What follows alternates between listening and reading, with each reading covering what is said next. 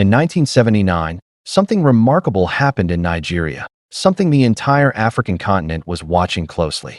For the first time in our nation's history, a military ruler peacefully handed over power to a civilian government.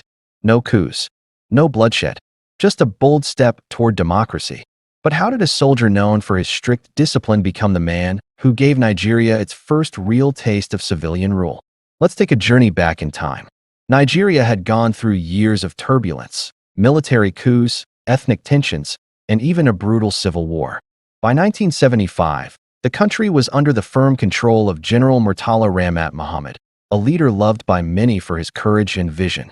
But tragedy struck on February 13, 1976, when Murtala Mohammed was assassinated in an attempted coup.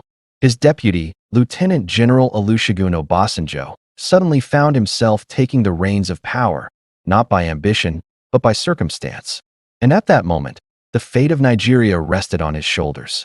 When Obasanjo assumed office, many expected him to tighten military control. Instead, he made a bold promise to complete Murtala Mohammed's plan to return Nigeria to civilian rule. It was a shocking decision at the time. Many doubted a soldier could willingly surrender power. But Obasanjo insisted that the military's job was not to rule forever, but to stabilize the nation and hand it back to the people. He launched a carefully planned transition program, setting a clear timetable that would lead Nigeria into what became known as the Second Republic. Obasanjo's government established a constitution drafting committee, which worked day and night to create a new constitution, one modeled after the American presidential system rather than the British parliamentary model of the First Republic. The aim was to avoid the political crises that had torn Nigeria apart before the 1966 coup. For the first time, political parties were required to be national in outlook, not based on ethnic or regional lines. This led to the formation of new political parties like the National Party of Nigeria, NPN, the Unity Party of Nigeria, UPN, the Nigerian People's Party, NPP, the Great Nigeria People's Party, GNPP, and the People's Redemption Party, PRP. In 1979, Nigeria held local government elections, then state assembly elections, and finally, the presidential election, all part of Obasanjo's transition plan. The presidential election of 1979 was contested by prominent political figures, including Shehu Shagari, Obafemi Awolowo, Nnamdi Azikiwe, and Aminu Kano.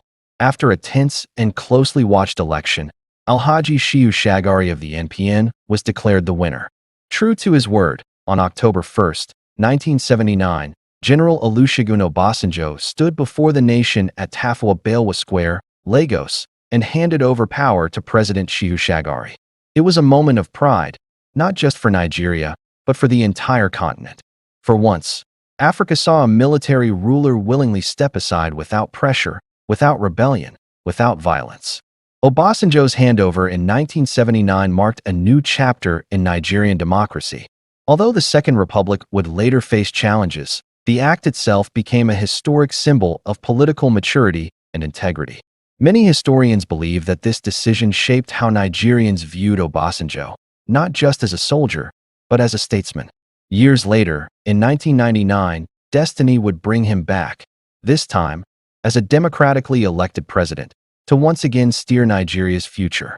But it all began in 1979, when one man, in uniform, decided to give power back to the people. If you learned something new today about Nigeria's history, don't forget to like, share, and subscribe to Nigerian History, where we tell the real stories of our nation's past.